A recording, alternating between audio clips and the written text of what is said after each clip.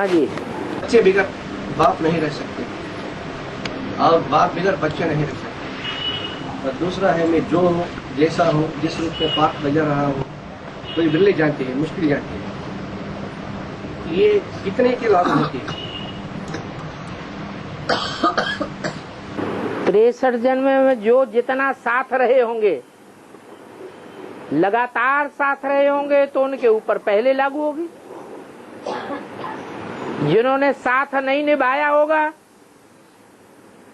धोखा दिया होगा, दूसरों का संग ले लिया, बाप का साथ छोड़ दिया, तो उनके ऊपर लागू नहीं होगा। क्या बात लागू नहीं होगी? बाप के बगैर बच्चे नहीं रह बाप के बगैर बच्चे नहीं रह सकते और बच्चों के बगैर बाप नहीं रह सकते। उन्हें साथ चाहिए, कोई भी इंद्रिय का साथ चाहिए, भले 11वीं इंद्रिय मन का ही साथ क्यों न हो। आंख का साथ चाहिए, कान का साथ चाहिए, मुख का साथ चाहिए, चाहिए जरूर।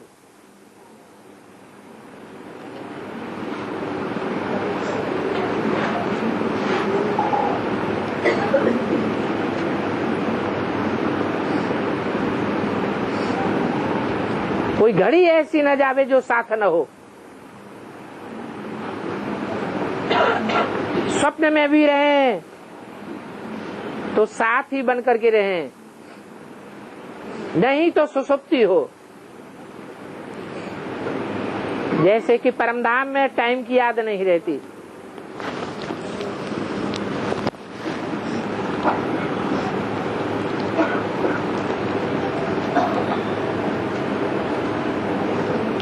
और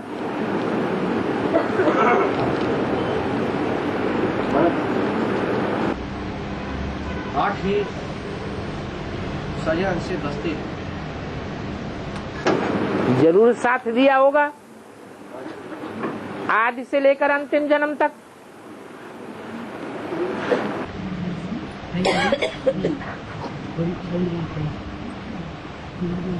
लेकिन ये बोला है ईश्वर के बच्चे बनकर भी मैंने सजा खाना अच्छा नहीं। 8 के बिना ये 108 की माला है ना बाबा। 8 छोड़ के जो 100 होती है, 100 उनकी माला हर एक धर्म में फिराई जाती है ना। 108 की माला हर एक घर में कहाँ फिराई जाती है? मुसलमानों में कहाँ 108 की माला होती है?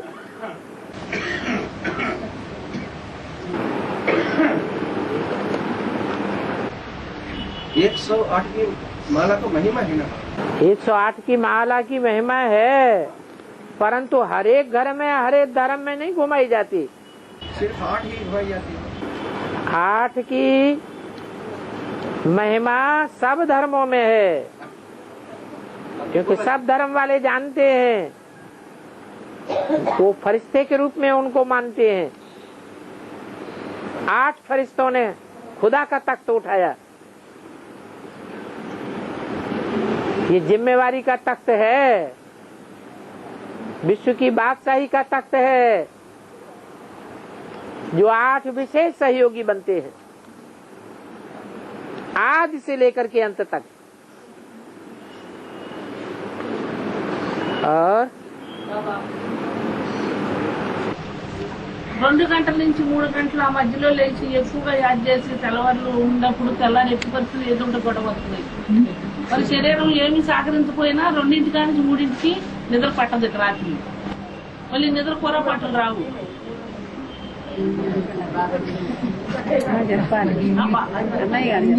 और बोलो कुछ लंबी कथा कहानियां करो।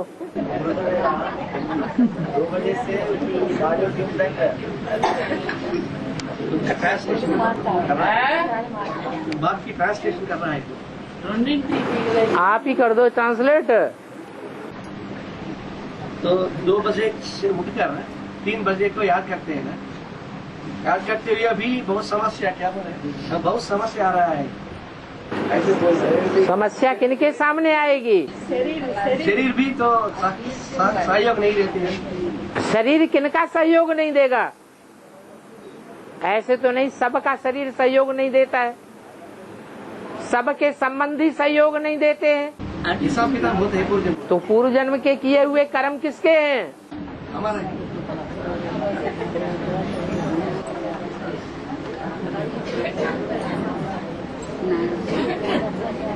ये पूर्व जन्मों के कर्मों को क्यों भूल जाते हैं बार बार? जो बार बार ऐसे प्रश्न बुद्धि में आते हैं। పాప మళ్ళీ చాలా నేర్చుకుని కూడా ఉండదు అంత పొద్దుకాయలు వేసిన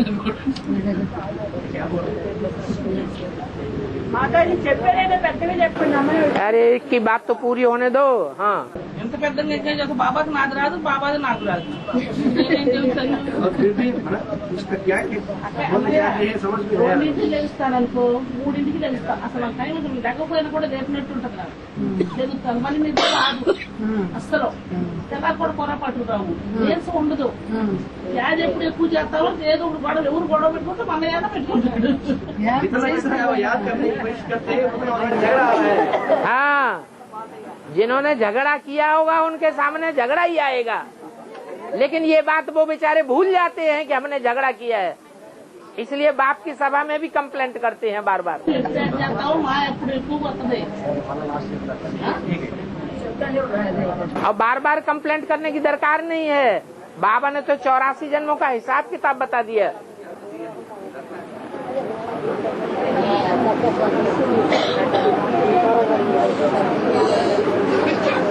और అయితే ఆ టైం 3ంటికి రాంగ్ వచ్చినా వచ్చేసింది అలవాటు అయిపోయింది। तो प्रिंस प्रिंसेस जो है ना बाबा, प्रिंस प्रिंसेस जो है वो तो स्वाधीन नहीं है, वो तो आधीन है। प्रिंस प्रिंसेस, हाँ जी, लेकिन ये प्रिंस प्रिंसेस से भी शाहूकार प्रजा बनना अच्छा बना। शाहूकार ये बोला है मुरली, ठीक है। लेकिन ये नंबरवार पवित्रता की पुरुषार्थ माना 16,108 है, तो पुरुषार्थ धारण करने वाला 16,108। लेकिन जो शाहूकार प्रजा है वो पवित्रता को माना ज्यादा महत्व नहीं देती है, तब वो वंश कैसा होता है? क्योंकि ब्राह्मण जन्मों में पुरुषार्थ खास पुरुषार्थ पवित्रता है। बुद्धि पवित्र बनती है तो जिनकी बुद्धि पवित्र बनेगी वो सुखी ज्यादा रहेंगे, और जिनकी बुद्धि अपवित्र बनती है और जितनी जास्ती अपवित्र बनती है उतने दुखी ज्यादा रहते हैं। पवित्र माने एकदम बेविचारी, और अपवित्र माने एकदम बेविचारी। वैश्यालय में होता है दुख, अति दुख होता है वैश्याओं को, और शिवालय में होता है सुख। जो साहूकार होते हैं वो ज्यादातर बिजनेसमैन होते हैं या ऊंचे ऊंचे पदों पर आसीन पदाधिकारी होते हैं। बिजनेसमैन ज्यादा साहूकार होते हैं क्योंकि उनको बहुतों के संपर्क में आना पड़ता है, तो उनको संग का रंग भी जास्ती लगता है। बाकी हाँ, दास दासी बनने से तो अच्छा है साहूकार बने, क्योंकि साहूकार जो होते हैं बड़े बड़े साहूकार राजाओं को भी मदद दे देते हैं। राजाओं के साथ सभा में बैठेंगे, तो दास दासियों को साथ नहीं बैठने दिया जाता। जरूर दास दासी वो बनते हैं जो व्यभिचार में आसक्त हो जाते हैं। एक बाप के महत्व को भूल करके औरों का संग करने लग पड़ते हैं।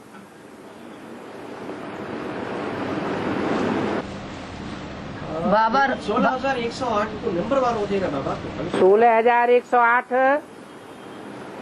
नंबरवार इसीलिए होते हैं कि वो श्रीमत पर पूरा नहीं चल पाते हैं, इसलिए नंबरवार हो जाते हैं। तो पहला नंबर होते वो अगर समर्पित हुए, बाप के परिवार में आए, तो उनके ऊपर ज्यादा जिम्मेवारी हो जाती है श्रीमत पर चलने की, और बाप की जिम्मेवारी हो जाती है उनको उच्च पद दिलाने की। जो सरेंडर नहीं हुए हैं उनकी जिम्मेवारी बाप की नहीं है, क्योंकि बाप ऊंचते ऊंचे है तो बाप के बच्चे भी ऊंचते ऊंचे पदाधिकारी होने चाहिए, जन्म जन्मांतर के राज परिवार के होने चाहिए। गलती करने से भी नीचे गिरते हैं। బాబా పెరిమింటు యోగానికి ధ్యానానికి పోతున్నారు, రోగాలు తగ్గుతాయని ఇది నిజమేనంటారా? అందరూ మరి రోగాలు తగ్గిపోతున్నాయని వెళ్తున్నారు కదా। जो पिरामिड ध्यान है ना बाबा, तो पिरामिड की ध्यान आया, पिरामिड की ध्यान जो पिरामिड पिरामिड पिरामिड हाँ हाँ ध्यान है ना। हाँ जी, उसके पास कई लोग जा रहे हैं, इसी भाव से वो जान से ही जो बीमारी है वो खत्म हो जाएगी। हाँ, तो ये सही है क्या नहीं? उससे ज्यादा तो डॉक्टरों के पास जाते हैं, उससे ज्यादा तो औलियों के पास जाते हैं, तांत्रिकों के पास जाते हैं। उससे क्या होता है? कोई स्वर्ग बन जाता है क्या? बीमारियां सदाकाल के लिए खत्म हो जाती हैं क्या? మరి మేము ఆళ్ళల్లో కూర్చొని వాళ్ళు యాద్ చేయొచ్చా లేదా? పిరమిడ్ లో కూర్చొని వాళ్ళతో పాటు మేము నిన్ను చేయొచ్చా యాదు? पिरामिड तो वो ध्यान जाने वाले लोग है ना बाबा, वो ध्यान करने के जाने वाले लोग है ना, उसके बीच में बैठ कर हम ये हमारी याद कर सकते हैं या नहीं है, पूछ रहे हैं। अरे बाबा ने कहा कहीं भी बैठ करके याद करो। పక్కనే కట్టారులే మా ఇంటి अच्छे अच्छे के साथ बैठ करके याद करेंगे तो संग का रंग अच्छे का लगेगा, लेकिन अगर खराब लोगों के साथ बैठ करके याद करेंगे और फिर भी याद के ऊपर कंट्रोल कर लेंगे तो आप पावरफुल आत्मा बन जाएंगे। మనోళ్ళందరూ చాలా మంది జారిపోయారు కదా, పిరమిడ్ యోగానికి రోగాలు తగ్గిపోతున్నాయి అని అటే వెళ్ళిపోతున్నారు కదా। कई लोग हमारे लोग है ना बाबा, हमारा परिवार उनसे प्रभावित होकर वो उससे जा रहा है। दुनिया कौन किससे प्रभावित होके कहाँ जा रही है? कोई कहाँ जा रहा है, कोई कहाँ जा रहा है। हमारी बुद्धि उनमें क्यों जाती है? हमारी भी बित बित लगी हुई है, ये कहाँ जा रहे हैं?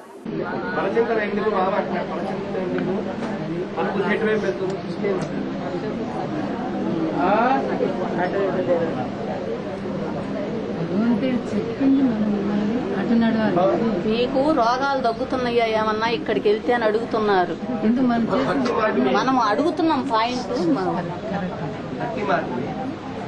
तो ऐसा कहते हैं ना, काशी में जो मरते हैं स्वर्ग को, काशी में जाकर जो मरते हैं हाँ जी, उनको स्वर्ग प्राप्त हो जाएगा, ऐसा है ना कहानी है ना बाबा।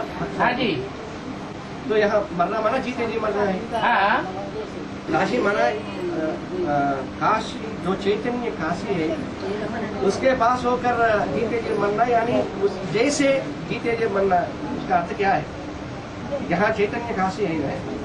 दूसरी नंबर एक होती है राहु की दशा, एक होती है बृहस्पति की दशा। राहु में तो भगवान नहीं आता है और बृहस्पति में तो भगवान आता है, और भगवान ने जिस नगरी की स्थापना की है वो नगरी तो दुनिया में परम पवित्र नगरी होगी ना। तो संग का रंग के मरते समय कैसा लगेगा? ऊंचते ऊंच संग का रंग लगेगा। तो ऐसे वायुमंडल में जो शरीर छोड़ेगा कहाँ जावेगा? परम गति को पावेगा।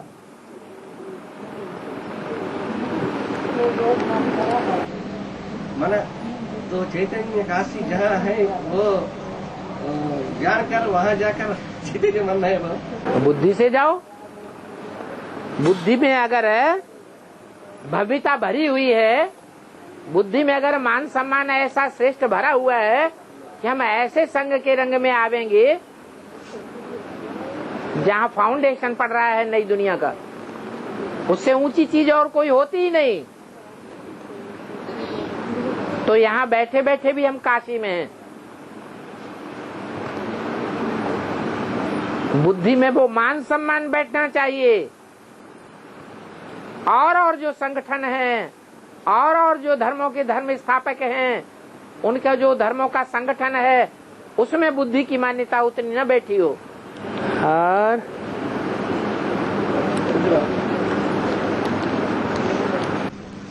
ब्राह्मण के जीवन में बाबा किसको ज्यादा महत्व देते हैं, माना याद को ज्यादा महत्व देते हैं या प्यूरिटी को ज्यादा महत्व देते हैं? क्योंकि तो पवित्र अगर एक काशी है तो याद में सबसे ठीक है बाप के बाद, लेकिन जो नारायण वाला, नारायण को नारायणी नशा ज्यादा होती है, ये प्रिय नगरी है, और दूसरी तरफ नारायण की नशा, इस दोनों में क्या श्रेष्ठ माना? ये सिर्फ भोजन खाते रहेंगे और पानी नहीं पिएंगे तो क्या हाल होगा? पचता नहीं, पचेगा ही नहीं। काशी नगरी तो काश्य शब्द से बनी हुई है।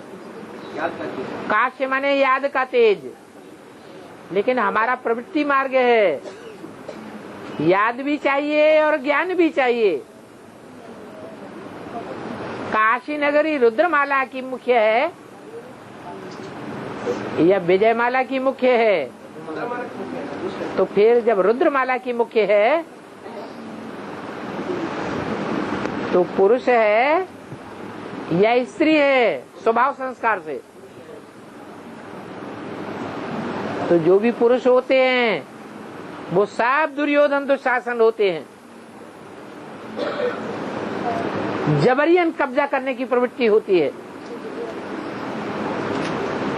वो नहीं होना चाहिए। इसलिए नारायणी का नशा चाहिए। वो कभी किसी पर कब्जा नहीं करना चाहती, राजाई नहीं करना चाहती। मिलती है राजाई भगवान से, लेकिन राजाई करती है या राजाई देती है? कौन? लक्ष्मी? हाँ, लक्ष्मी राजाई देती है ना, करती नहीं। लक्ष्मी अकेली नहीं है, लक्ष्मी नारायण। लक्ष्मी के साथ महालक्ष्मी भी जुड़ी हुई है। तो जो महालक्ष्मी है वो जगदम्बा है, वो राजाई देने वाली है, बच्चों को देती है, लेकिन बाप की उतनी सहयोगी नहीं है जितनी लक्ष्मी सहयोगी बनती है। बाप की सहयोगी वही बन सकती है जिसमें प्योरिटी की पावर जास्ती होगी।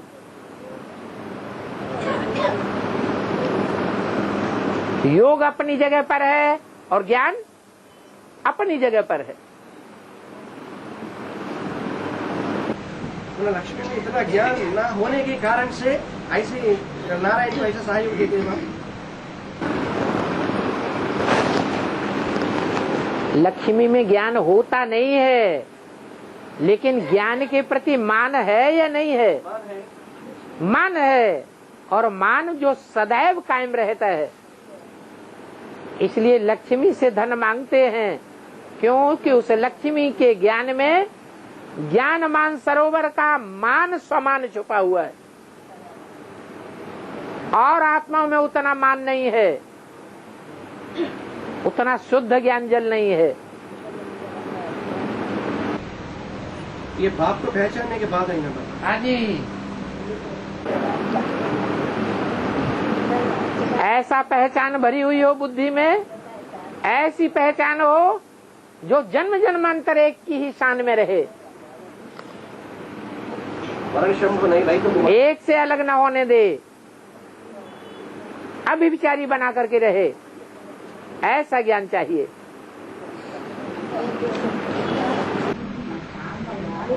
लेकिन अष्टदेव में भी बाबा दूसरे नंबर तो अंत तक साथ रहेगा ना, तो बाबा के साथ ही देता है। हाँ जी, लेकिन राजा बनने वाले तो व्यभिचार बनते हैं। राजाएं बनने वाले जो हैं वो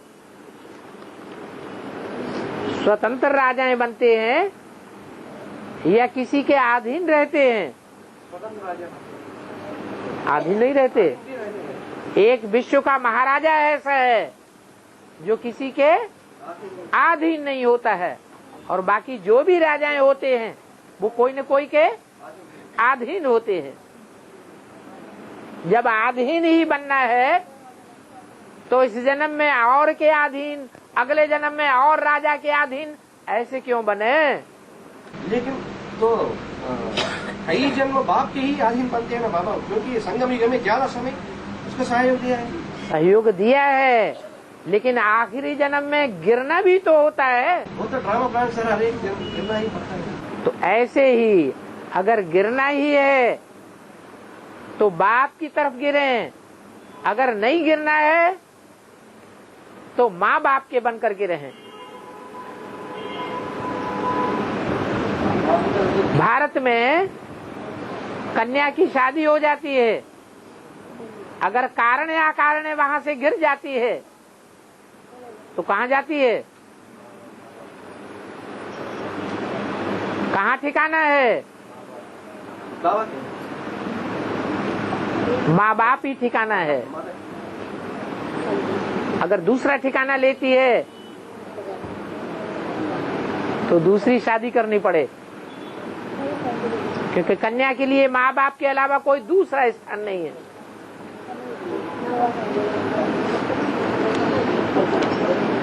और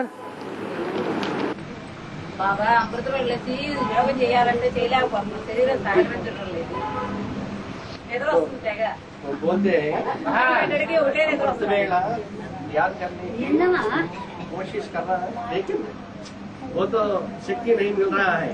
अमृत वेला उठने के लिए शक्ति नहीं मिल रहा है। ऐसा बोल रहा है, ऐसा क्यों हो रहा है? जितना गुड़ डालेंगे उतना मीठा होगा। सहयोग ఉంటే అంతంత सहयोग उतना ही मिलेगा जितना बाप को तन अर्पण करेंगे, मन अर्पण करेंगे, धन अर्पण करेंगे, समय अर्पण करेंगे, संपर्क अर्पण करेंगे, अपने संबंधियों को स्वाहा करेंगे। ईश्वर में, ईश्वरीय ज्ञान में उतना ही सहयोग मिलेगा। మనం ఎంత బాబా సహాయం చేయడం బాబా అనిపిస్తుంది అన్ని రకాలుగా తన్ मन धन समर्पण। एक हिंदी में मुहावरा है, हद लगे न फटकरी रंग चोखो आवे। रंग अगर गहरा डालना है तो हल्दी और फिटकरी ज्यादा डालते हैं तो ज्यादा गहरा रंग आता है। हल्दी भी न डालें और फिटकरी भी न डालें तो रंग गहरा नहीं होगा। అన్ని బాగా అన్నారంటే అది ఆయన చెప్పారు, అవి రెండు వేస్తే సున్నం అవి బాగా వేస్తే మూడు వేస్తే బాగా మంచి ఉంటుంది। అలాగే బాబాకి నువ్వు ఎంత సహాయం ఇస్తావో అంత సహాయం। 24 घंटे अमृत वेला समय 24 घंटे अमृत वेला समय हुआ ना। 24 घंटे अमृत वेला समय हुआ। तो पुरुषोत्तम संगम युग तो बाबा सारी 24 घंटे को अमृत वेले में समा देंगे, आत्मा बन गए। अमृत वेले में बेहद के अमृत वेला है, सतयुग का सवेरा, वहाँ आत्मिक स्थिति होती है 24 घंटे, या देवान की स्थिति होती है। तो 24 घंटे के लिए आत्मा बन गए, फिर काहे के लिए 24 घंटे आत्मा? अमृत वेले की बात कर रहे हो। अमृत वेले तब कहेंगे आपका जब आप 24 घंटे बिंदी को याद करें, नहीं तो अमृत वेला नहीं। देवभान का वेला है। हाँ जी,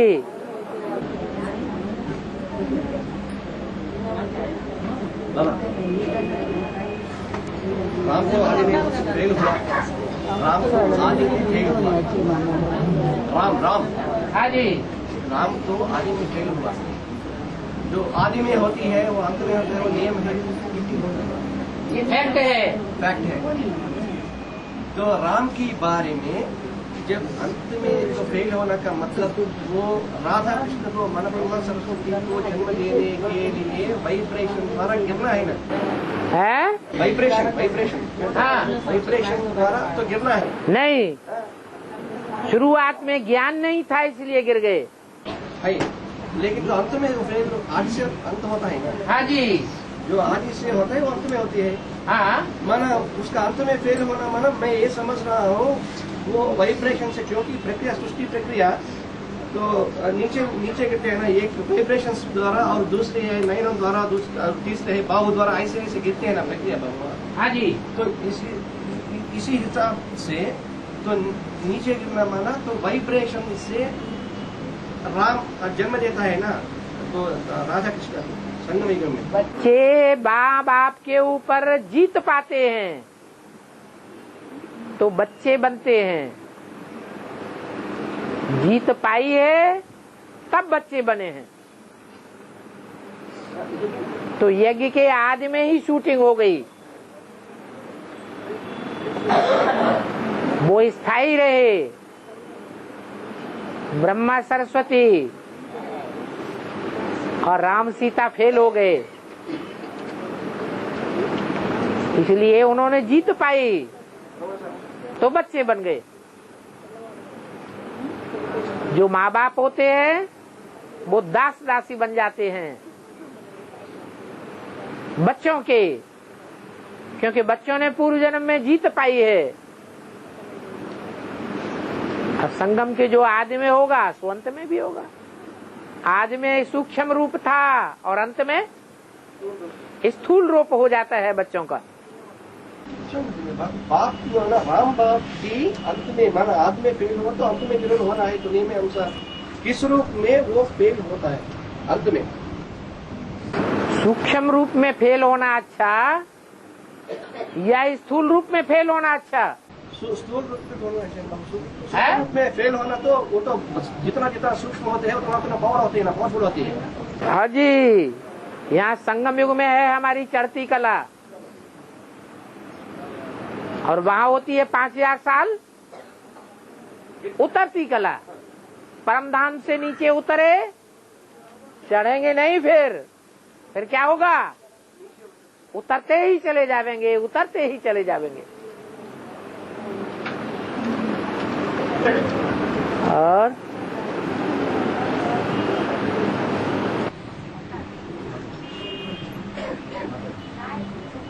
पूछना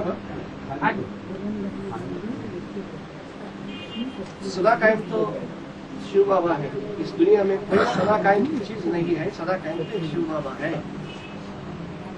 लेकिन शिव बाबा को साकार और निराकार को मेल को शिव बाबा था। वो साकार और निराकार की मेल सिर्फ थोड़ा समय के लिए है, ज्यादा से ज्यादा संगम को 100 साल बताया बाबा ने। लेकिन जिस व्यक्तित्व की तरफ तो सदा कायम शिव बाबा है, जिस व्यक्तित्व तरफ पे वो इशारा दिया, वो सदा काल माना शिव बाबा माना सदा स्वस्थिति में रहने वाला। लेकिन वो अंत तक यह स्वस्थिति निभाते हैं बाबा, तो शिव बाबा के व्यक्तित्व में अंत तक निभाते हैं। वो भी सूत्र बनते हैं ना, जब कलियुग आते हैं, पहले ब्राह्मण, पहले देवता, क्षत्रिय, वैश्य और शूद्र। तो इसलिए तो जिस व्यक्तित्व तरफ में वो इशारा दिया उनको शिव बाबा कहना सही है क्या? सदा कायम शिव बाबा।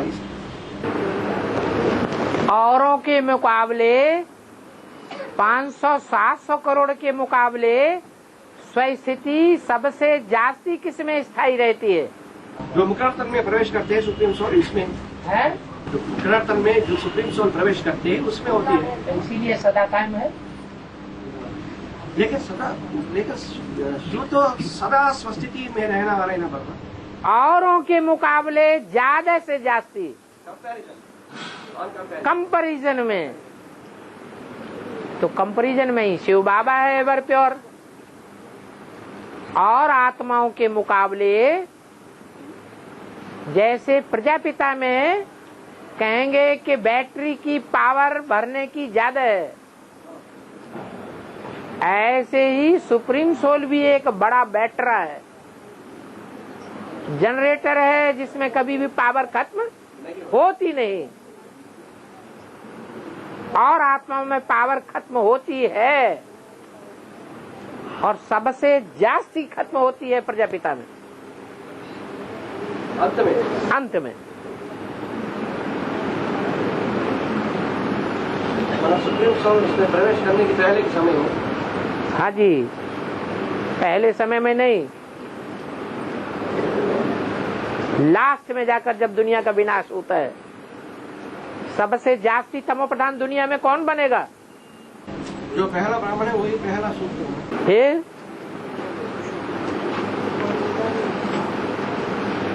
ज्यादा तमो प्रधान बनेगा तो ज्यादा विनाश करेगा, थोड़ा तमो प्रधान होगा तो थोड़ा विनाश करेगा। विनाश के लिए शंकर को निमित्त किया है। हाँ जी,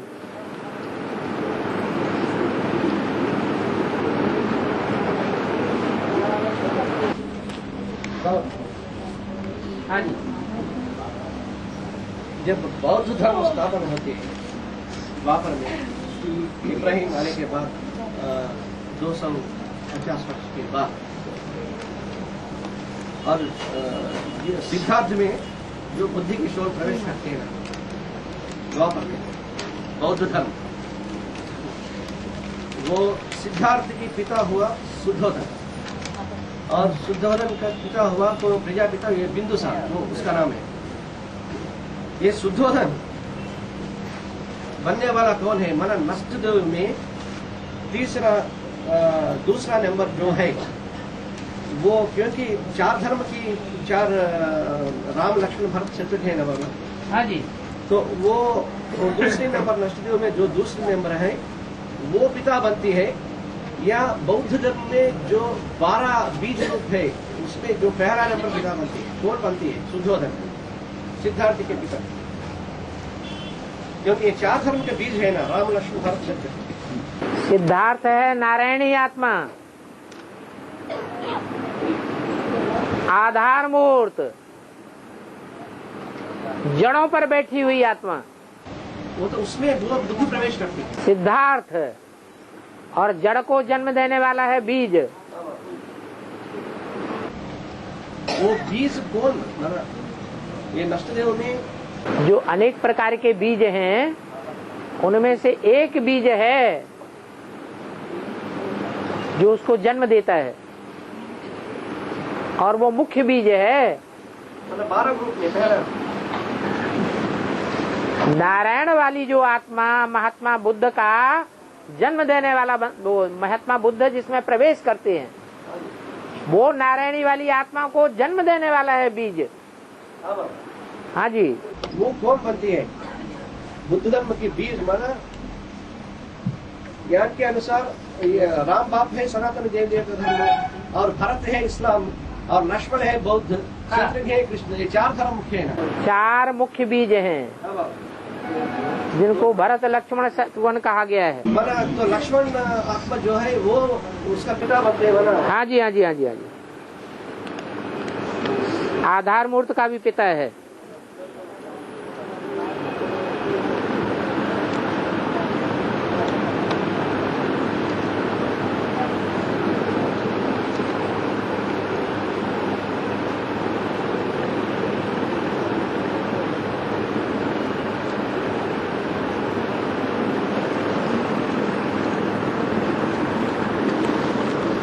पढ़ो क्या लिखा है।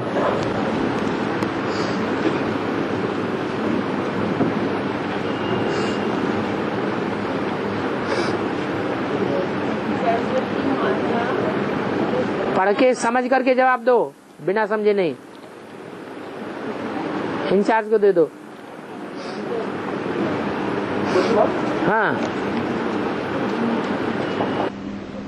सबसे सहज याद है नारायण को याद करना। हाँ जी, हाँ जी। लेकिन नारायण है स्वदेशी है ना बाबा? नारायण है स्वदेशी है ना, स्वदेशी। लेकिन अब बाप विदेशी बनकर आया है। हाँ भले तो नारायण बनने वाले आत्मा में 76 में उसकी बौद्धिक रूप में ये तो निश्चय पक्का हुआ, मैं तो नारायण बनने वाला है। हाँ लेकिन वो अंत का गायन है, हाँ? अंत का गायन है ना बाबा। नारायण माना अभी नारायण नहीं बना है ना, लेकिन बुद्धि में ज्यादा निश्चय किसको है? निश्चय है बाबा। तो निश्चय के आधार पर विजय भी है। जरूर होता है, लेकिन जब तक प्रजा है तो प्रजापिता भी पतित होता है ना महाराज जी। तो सहजयाद नारायण यानी शिव बाबा को याद करना, नारायण को याद करना, हाँ इसमें दोनों अलग नहीं होती है। हाँ लेकिन शिव बाबा की मतलब है ना प्रजापिता, नाना पतित सेन में पावन को याद करना है। हाँ। और नारायण हो गया है पावन, सुप्रीम सोल सिंह नहीं होती है जो नारायण बनती है। हाँ। ये कैसा समझना है? अभी हमको पता है ना कि नारायण कौन है, लेकिन अभी का स्वरूप नहीं है। अभी भी हमको पता है ना कि सबसे जास्ती याद में कौन टिकता है? नारायण बनने वाला आत्मा टिकता है। अभी भी टिकता है, तो उसके संग करेंगे से अभी भी हम पावन ही बनेंगे या पतित बनेंगे औरों के मुकाबले? अगर उसको याद नहीं किया और कोई दूसरा है, बहुत योगी है, बहुत सर्विसेबल है, बहुत ज्ञानी है, बहुत धारणावान है, मान लो उसको याद किया, तो उसकी याद से हम उतने पावन बनेंगे जितना नारायण को याद करने से बनेंगे। ऐसा वो नहीं होने की संभव नहीं है, संभावना नहीं है, क्योंकि ज्ञान जो है वो भी एक ज्योतिष शास्त्र है। सिर्फ अकेला ज्योतिष शास्त्र नहीं है, उसमें सारी दुनिया का ज्ञान समाया हुआ है। तो ज्ञान ही जब ये कहता है कि ये है श्रेष्ठ से श्रेष्ठ, ऊंचे से ऊंचे, तो उसको याद करेंगे तो ऊंची ही बनेंगे। बल देखने में आता है कि ये ऊंच है, लेकिन काम तो नीच कर रहा है। लेकिन इतना ज्ञान नहीं है हमारी बुद्धि में जो हम समझ सकें कि वो नीच काम कर रहा है या ऊंच काम कर रहा है।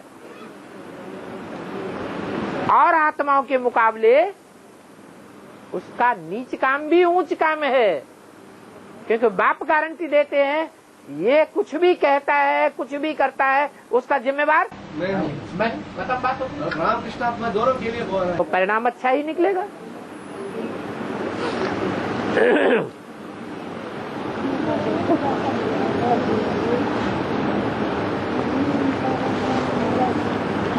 हाँ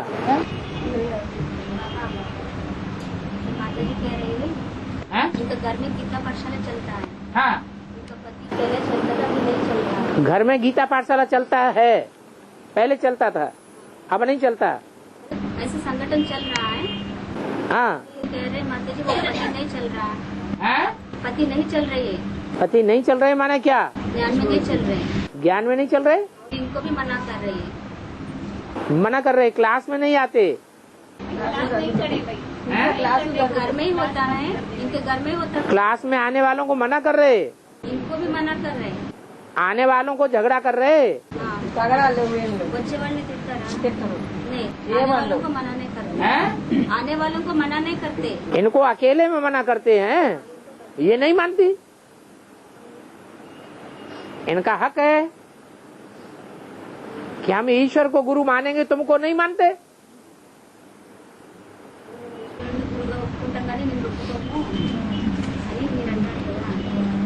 ये सब आने वालों को मना नहीं करे, आने दे। ऐसे बाबा का मतलब ये सबको आने दो।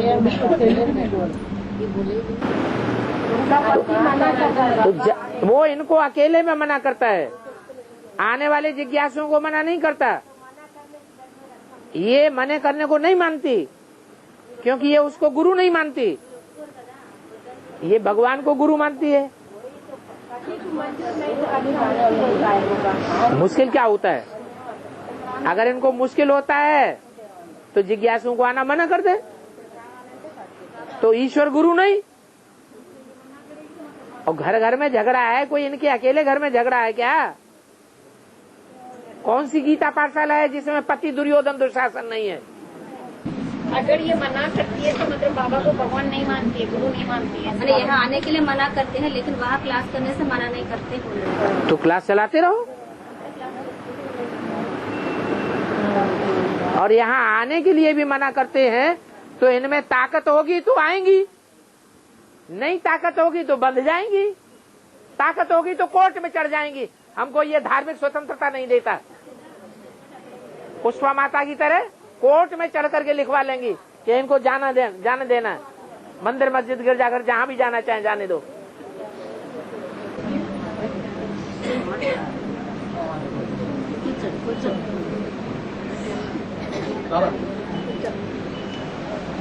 ब्रह्मा से ब्राह्मण बने, विष्णु और वैष्णव, विष्णु वैष्णव, हाँ जी, शिव सेव एक मात्रा बढ़ गया। हाँ। ऐसा भारत और भारत, इसमें कोई हाँ जी, कैसा भाव? भारत माने भरण पोषण करने वाला। इस्लामी जो पहला इस्लामी वाला धर्म की जो बीज है, द्वापर युग से लेकर के कलयुग के अंत तक दुनिया में सबसे जास्ती राजाई कौन से धर्म ने की? इस्लामी। तो वो विश्व का भरण पोषण करने वाले हो गए। मतलब बाप को भी, भारत को भी उसके ऊपर कंट्रोल नहीं किया।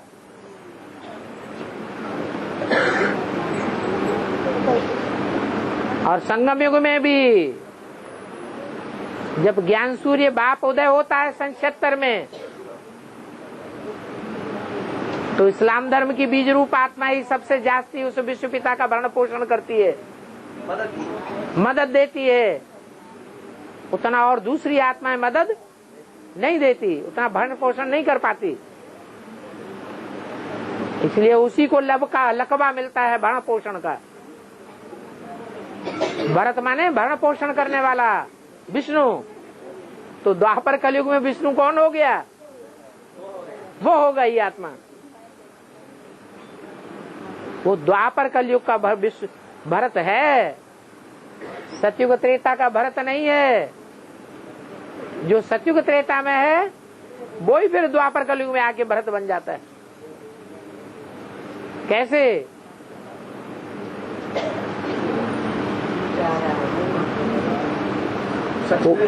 वो भरत बनने वाली आत्मा सतयुग में कौन भरत बनती है?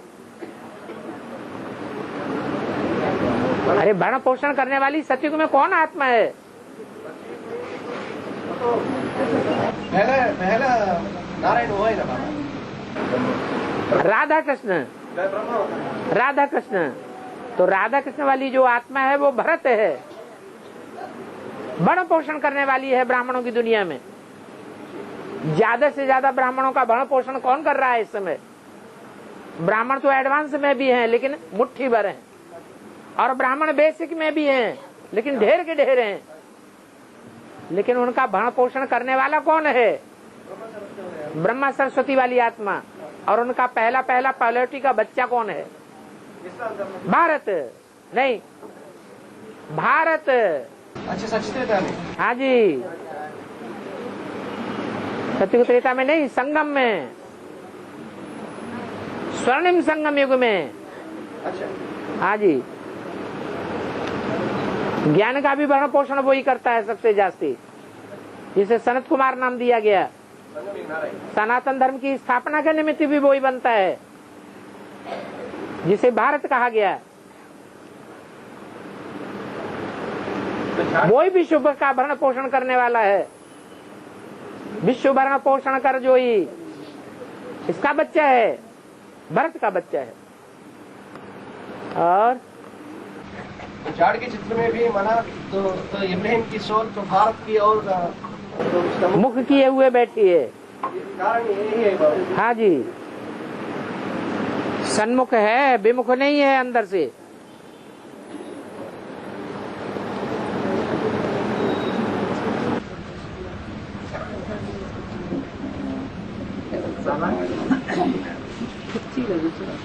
बाबा, हाँ। अभी तो ब्रह्मा शंकर पर सवार कर रहा है, बैल तो शंकर पर सवार कर रहा है ना? हाँ जी, हाँ जी। तो सवार वही कर सकता है जो शक्तिवान होता है। जो पावरफुल होता है वो सवारी करता है, जो कमजोर होता है वो सवारी बन जाता है। तो किसका रंग किसको लगता है? शिव किस में प्रवेश करता है? हैं? में शंकर में। अरे बैल में प्रवेश करता है शिव बाप के रूप में, या सवारी में करता है? आपके रूप में तो बैल के रूप में नहीं है ना बाबा, मनुष्य में प्रवेश करती है। शिव प्रवेश किस में करता है? बैल पर प्रवेश करता है या बैल पर सवार होने वाले में प्रवेश करता है? बैल पर तो ज्यादा शक्तिवान कौन है? वो भूल जाता है, ब्रह्मा याद रह जाता है। लेकिन सवार करने की बात नहीं आती है ना बाबा, तो यहाँ शक्तिवान होने की बात आती है। ज्यादा शक्तिशाली कौन है? इसमें शिव प्रवेश करती है, वो ज्यादा शक्तिशाली है। तो सवार करने की बात नहीं है। क्यों नहीं? अगर सवारी नहीं करता तो उसकी कोई वैल्यू नहीं। ब्रह्मा को प्रजापिता की, हमारा तो अभी प्रजापिता में ब्रह्मा प्रवेश कर रहा है ना। ब्रह्मा प्रवेश कर रहा है, ब्रह्मा की वैल्यू नहीं। ब्रह्मा की भक्ति मार्ग में भी वैल्यू नहीं। शिव प्रवेश कर रहा है इसलिए वैल्यू है। इसलिए सर्वशक्तिवान का संग है, ये बुद्धि में रहना चाहिए। ब्रह्मा का संग है, ये बुद्धि में नहीं रहना चाहिए। ब्रह्मा को भी वो भाव होना चाहिए ना बाबा। क्या? तो सर्वशक्तिवान में मैं प्रवेश कर रहा हूँ, वो भाव होना। मैं प्रवेश कर रहा हूँ, लेकिन मेरी पावर के आगे वो पावर सुपर है जिसमें मैं प्रवेश कर रहा हूँ। बैल जिसमें अभी प्रवेश कर रहा है और जिसमें वो और बैठा हुआ है, बाप सुप्रीम सोल, उसके सामने मेरी नहीं चलती है। सिर्फ एक बात में चलती है, भिखारी बनाने की बात में। उसकी मन बुद्धि को कंट्रोल करने वाला शिव है या ब्रह्मा है? शिव है। और शरीर को कंट्रोल करने वाला? प्रजापिता के शरीर को कंट्रोल करने वाला कौन है? ब्रह्मा है। और मन बुद्धि को कंट्रोल करने वाला कौन है? शिव है। जब मन बुद्धि पावरफुल बन जाएगी तो ब्रह्मा कुछ नहीं कर पाएगा। ये समय अभी तक नहीं आया। हाँ जी, वो मन रूपी घोड़ा कहा जाता है। हाँ जी, घोड़ा कहो, बैल कहो, बात एक ही है। और बाबा, हाँ, नारायण माने तो संपन्न स्टेज का है ना। नारायण माने, नार माने जल, आयन माने घर। जो ज्ञान जल में ही रहता है, दुनियावी बातों में जिसकी बुद्धि नहीं जाती, वो नारायण है। शास्त्रों के मुकाबले, शास्त्रों में जो अर्थ दिया हुआ है उस हिसाब से एक एक शब्द का अर्थ है। और नारायण को सांपों की शैया पर लेटा हुआ दिखाता है, आराम से रहता है। लेकिन सांप की निशानी है विकारी। हाँ हाँ, जिसका आधार लेता है वो बच्चे विकारी हैं या निर्विकारी हैं? जिन बच्चों के द्वारा कार्य करा रहा है, सेवा करा रहा है, वो बच्चे सांप की तरह विकारी हैं या निर्विकारी हैं? उनका आधार लेके आराम से पड़ा हुआ है, उनका असर उसके ऊपर नहीं होगा, उसका असर उनके ऊपर होगा।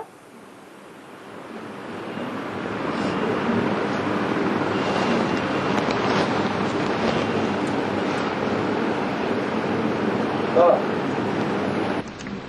ये 10 इंद्रिया 10 धर्मों की, 10 धर्मों से कनेक्ट है ना बाबा। जो 10 इंद्रिया होती है शरीर में, ज्ञान इंद्रिया और कर्म इंद्रिया 5 भाग, वो 10 इंद्रिया ये 10 धर्मों से कनेक्ट है। और उसका कंट्रोल है बाप है। मतलब कैसा 10 इंद्रिया 10 धर्मों के कैसा कनेक्शन है?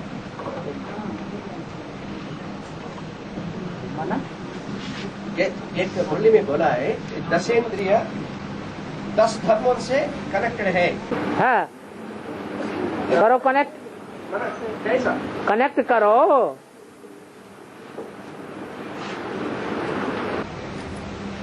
श्रेष्ठ इंद्रिया होती है और भ्रष्ट इंद्रिया नहीं होती है। और मन नहीं होता है, मन होती है तो मन तो चलाने वाले हैं। जगाने वाला है।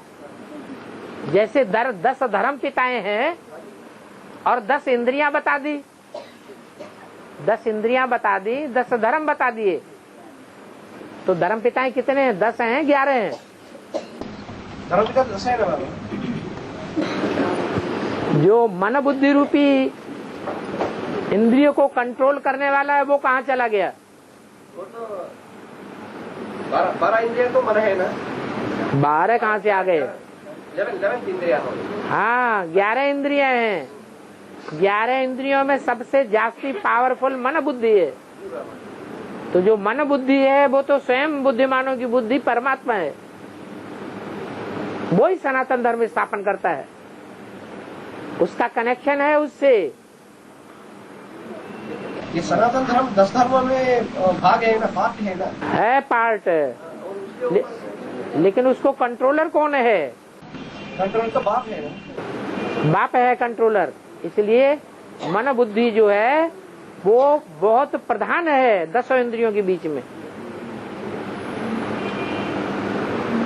सतयुग के आदि से होता है सनातन धर्म। सतयुग के आदि में पहले नारायण का वास है जो 8 जन्मों तक चलता है, जिसका राज्य। और संगम में सुप्रीम सोल है जो बुद्धिमानों की बुद्धि है। इसलिए 10 इंद्रियां हैं, लेकिन उनको कंट्रोल करने वाला 11वीं इंद्रिया लगे है। और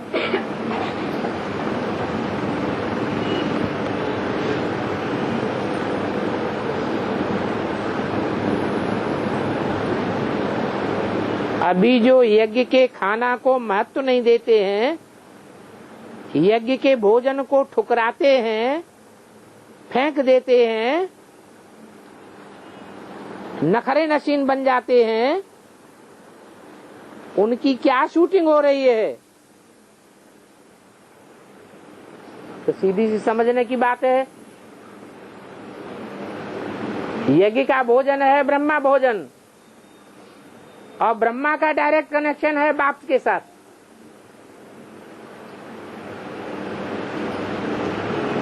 तो ब्रह्मा भोजन को जो ठुकराते हैं उनका 63 जन्मों में क्या हाल होगा? जंगलों जंगलों में भटकते रहेंगे भोजन की तलाश में।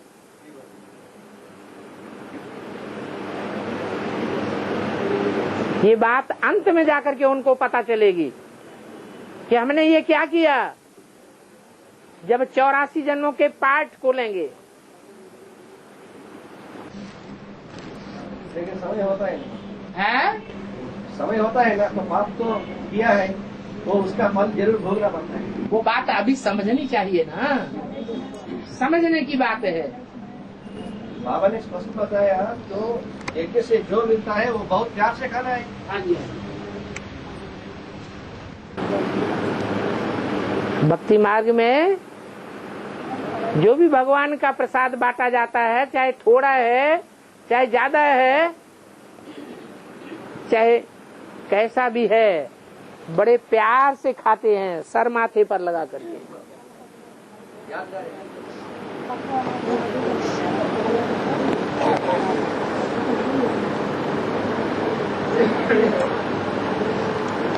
बाबा है DCD 1376 में बोला है, कोई से ओपनिंग कराना है तो उनको ज्यादा खिलाना नहीं है, ज्यादा उनकी आओ भगत नहीं करना है, सिर्फ टी ऑफर करना है। हाँ है, इतना खातिर उनको नहीं देना है बस। लेकिन बाबा तो ये ओपनिंग कराना है, ये कॉन्फ्रेंस कराना है, तो वो तो भक्ति मार्ग तो बीके की काम है ना, तो हमारा काम नहीं है। आपने हद की ओपनिंग क्यों समझ ली? हाँ जी, माना स्वर्ग स्थापना के बारे में है ना, तो स्वर्ग स्थापना के बारे में जो नई दुनिया है उसकी ओपनिंग कौन करेगा? है के द्वारा बाबा करेंगे ना। तो फिर बाप की तुम क्या खातिरी करेंगे? बाप की जो चाह है वो चाह पूरी कर देंगे। बाप की चाह क्या है? हाँ, बाप की जो चाह है सो पूरी करो। लेकिन यही चाह पानी हो गया। खातरी तो करना है ना, क्योंकि वो तो एक ही है दुनिया में स्वर्ग बनाने। बाप का मान मर्तबा, बाप की इच्छा पूरी नहीं करेंगे, बस हो गया। और तो बाकी कुछ है उसको चाहना ही नहीं है। और लेकिन जो भाव से जो करते हैं बाबा, वो तो बाप को बाबा स्वीकार करते हैं ना। हाँ हाँ, तो बाप की इच्छा पूरी करना अच्छी बात है या खराब बात है? अच्छी बात है।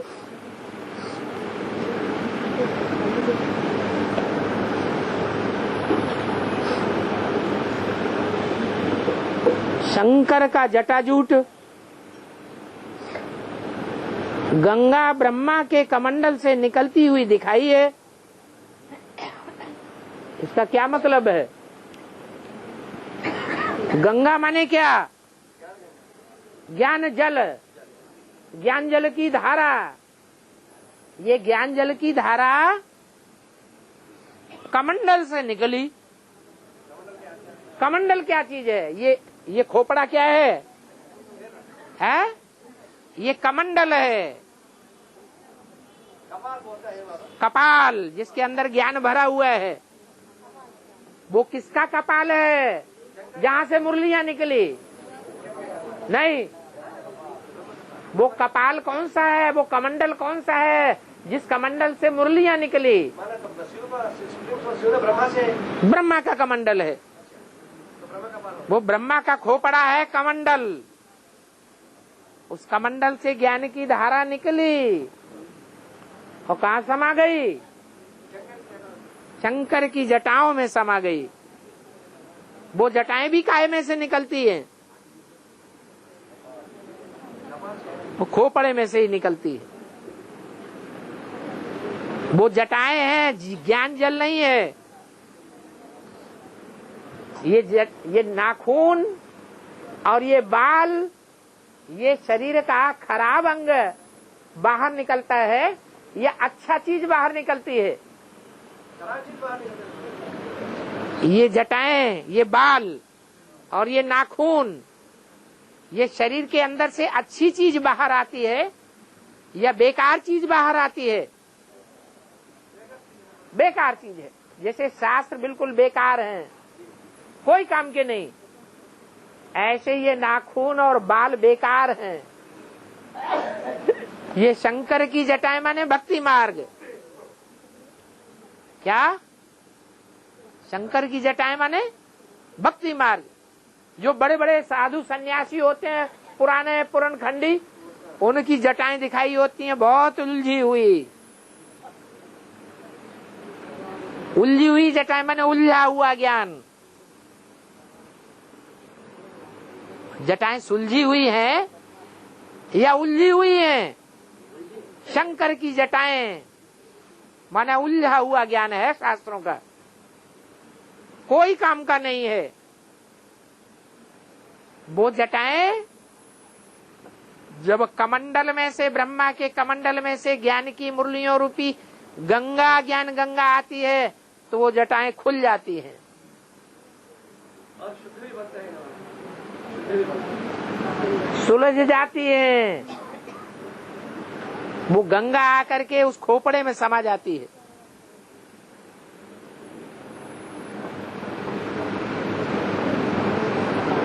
फिर दोबारा भागीरथ को तपस्या करनी पड़ती है। तो जटाओं में से गंगा निकल करके बाहर आए तो पुरखों का उद्धार हो जाए।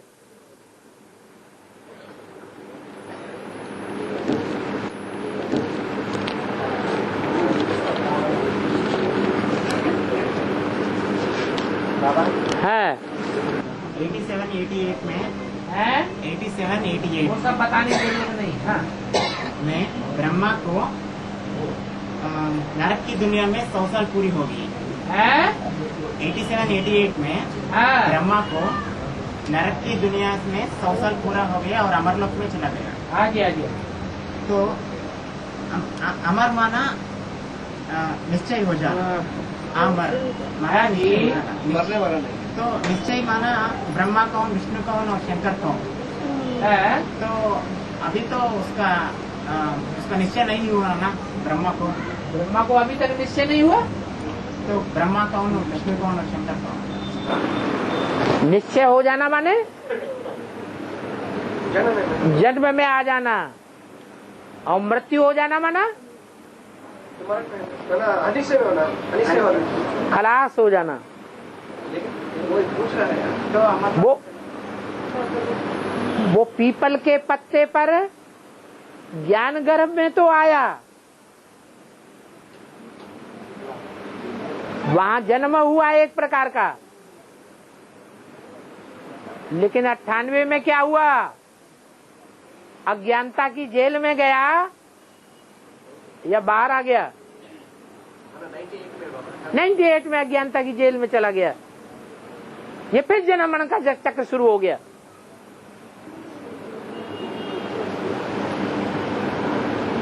और सबसे जास्ती जन्म मरण के चक्र में कौन आता है? ब्रह्मा की सोल आती है।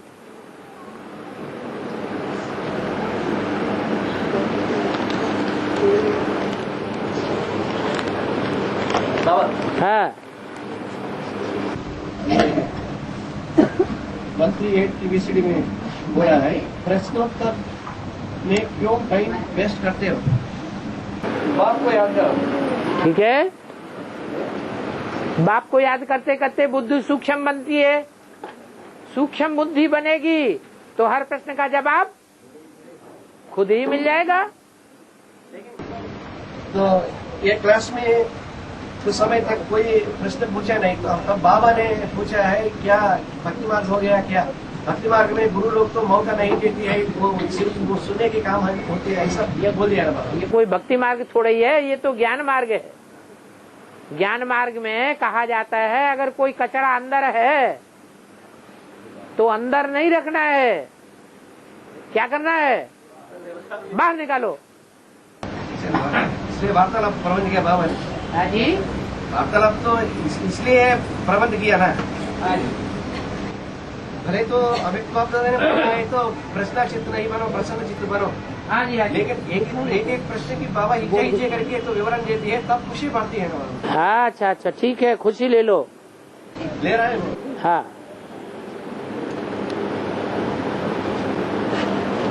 तो बाप है आदि सनातना देवी देवता धर्म की बीज। हाँ, सूर्यवंश और चंद्रवंश, हाँ, सनातन देवी देवता धर्म। लेकिन रुद्र एक तरफ रुद्रमाला के हेड को जगदम्बा को निमित्त किया, रुद्रमाला के हेड नहीं। और जगदम्बा का मुखिया कौन है? अरे जगदम्बा विधवा है कि सधवा है?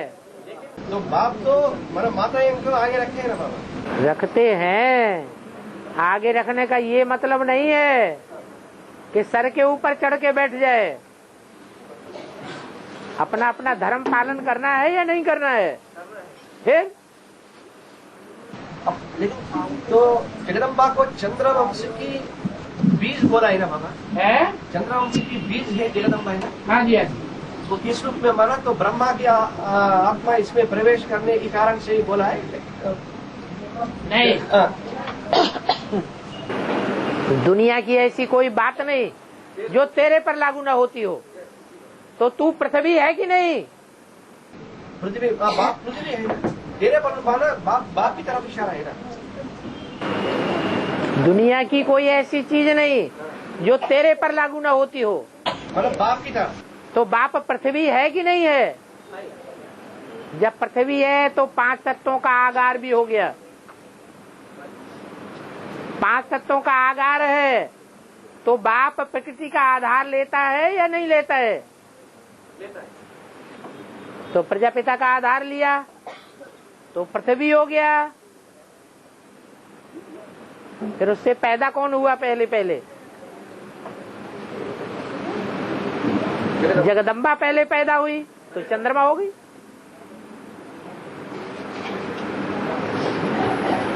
परंतु वो है स्थूल चंद्रमा का रूप, आत्मा नहीं है। उसके अंदर आत्मा है ब्रह्मा। जगदम्बा में जो ब्रह्मा की सोल है। हाँ, जगदम्बा हो गई डब्बा।